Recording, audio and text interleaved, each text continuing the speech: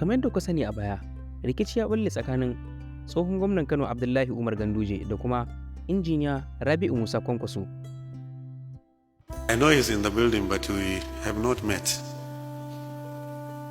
Probably if we met, maybe I could have slapped him. Wani abu da ya faru mara daɗi. Ka ji wannan abin da faɗa kuma kamar me zaka ce? To, ya ba ce mari na ce zai yi da turanci ya ce zai mari ne. Aya sai da nake. Duk wannan fa gabaki ɗayan su fadi yara na ne na siyasa. Shi ya kalli fuskata, bai ba sai ya kalli fuskata ba. A duk inda ya gani ko yanzu zai fito. In na zo gudu duk rudewa ne.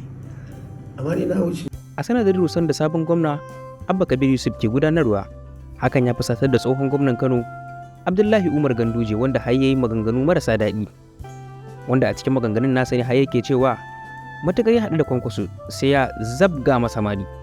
Babban abin da ya sa tsohon gwamnan Kano Abdullahi Umar Ganduje ya wannan magana ta kan cewar zai zabga ma tsohon gwamnan Kano injiniya Rabi'u Musa Kwankwaso mari, a sakamakon shugaban ƙasa Bola Ahmed Tinubu ya gayyaci injiniya Rabi'u Musa Kwankwaso fadar shugaban ƙasa, wanda har ya bayyana mace shugaban ƙasar cewar Ganduje na sai da filaye ne a Kano ba tare da bisa ƙa'ida ba, shi yasa suke ƙoƙarin rushe wa'innan filaye.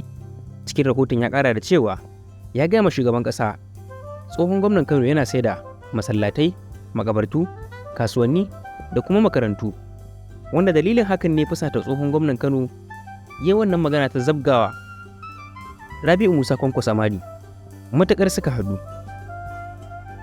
Allah dai kyauta, amin. Menene ra'ayinku? Mu haɗu da ku a comment section. Kada ku manta ku danna mana alamar subscribe, sannan ku danna mana alamar ƙararrawa. Sannan kuma kada ku manta ku danna alamar like button.